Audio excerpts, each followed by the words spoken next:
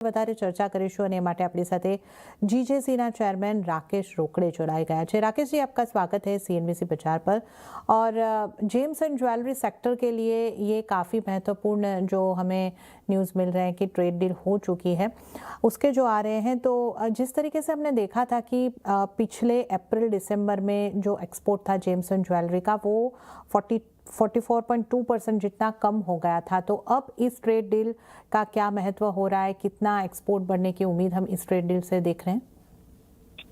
देखिए, ये trade deal का जो तैयारी है, वैसे तो 15 से 20 साल पुरानी है, तब से इसे कोशिश की जा रही थी, लेकिन इसे फाइनली हमारे यशस्वी प्रधानमंत्री जी ने करके दिखाया। उसके लिए तो सही में बधाई के पात्र है, क्योंकि यूरोपियन नेशन में 27 देश ऐसे हैं जहां हम लोग हमारा माल बेच सकते थे। और जब जब हमारे ऊपर यूएस का टैरिफ लगा था, तभी से बहुत बड़ा एक इम्पैक्ट, एक डेंट ज्वेलरी इंडस्ट्री को लगा था, क्योंकि 85 बिलियन का एक्सपोर्ट हम केवल और केवल सिर्फ यूएस को करते। तो ये एक बड़ा जो साइज था, वो बहुत ज्यादा इम्पैक्ट करता था यूएस और बाकी कंट्रीज के साथ जो हमारा एक्सपोर्ट है।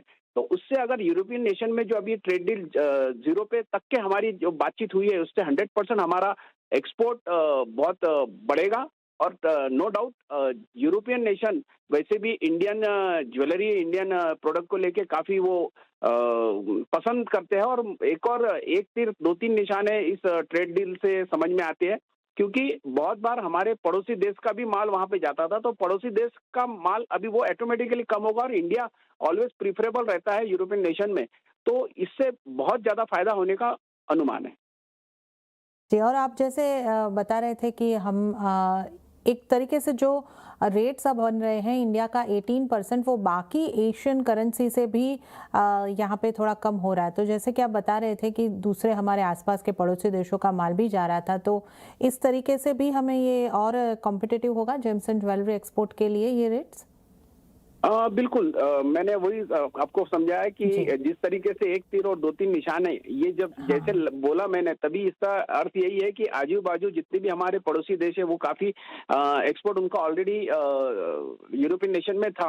और जब से यूएस के रिस्ट्रिक्शन हम पे लगे थे, आपने देखा होगा, जैसे हमारी ये ट्रेड डील कंप्लीट हुई है और कंफर्म हुआ है, उसके तुरंत बाद यूएस ने भी अपना टैरिफ कम कर दिया। तो हम गिड़गिड़ाए नहीं है, हम किसी प्रकार से परेशानी में ना आते हुए, हमारे लिए हमने और अलग दरवाजे, हमारे शासन ने बहुत ही अच्छी तरीके से इसे हैंडल किया।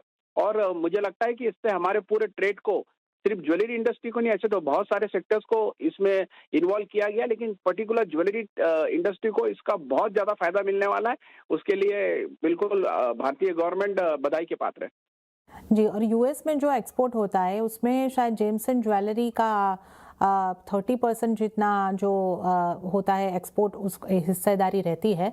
अब हम देखें कि इसके थोड़े दिनों पहले ही हमने ईयू के साथ भी ट्रेड जो एफटीए होते हुए देखे थे, तब भी आपके साथ हमने चर्चा की थी। अब इन दोनों को अगर हम साथ में देखें, तो जेम्स एंड ज्वेलरी एक्सपोर्ट में आप कितनी बढ़ोतरी देख रहे हैं?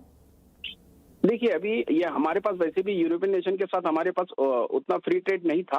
अभी ये फ्री ट्रेड के होने के साथ साथ अब यूएस का जो टैरिफ है वो भी कम हो गया है और फ्री ट्रेड इधर भी बढ़ गया है। तो जो हमारा ओवरऑल जो हमारा एक्सपोर्ट है, उसमें नहीं तो कम से कम 1.5 गुना की वृद्धि मैं समझ सकता हूँ कि बढ़ सकता है।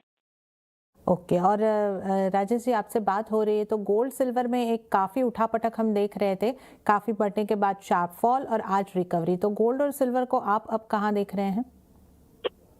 देखिए, गोल्ड और सिल्वर दोनों के फंडामेंटल्स अलग अलग है। और गोल्ड में जिस तरीके से पिछले 3-4 दिनों में जो एक तरह से करेक्शन आया है, ये करेक्शन वैसे अनुमानित था ही कि करेक्शन आएगा, लेकिन इतना है कि हमें ये लग रहा था कि गोल्ड $5,000 क्रॉस करके फिर करेक्शन आएगा, तो वो $5620 जाके करेक्शन आया।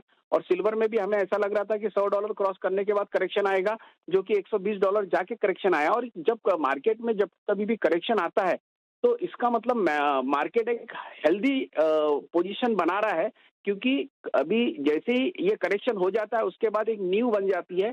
और हेल्दी न्यू बनने के बाद एक नए टारगेट के लिए गोल्ड और सिल्वर दोनों बढ़ते हैं। जैसे कि मैंने कहा, दोनों के फंडामेंटल अलग अलग है और फंडामेंटल्स में कोई भी चेंज नहीं है।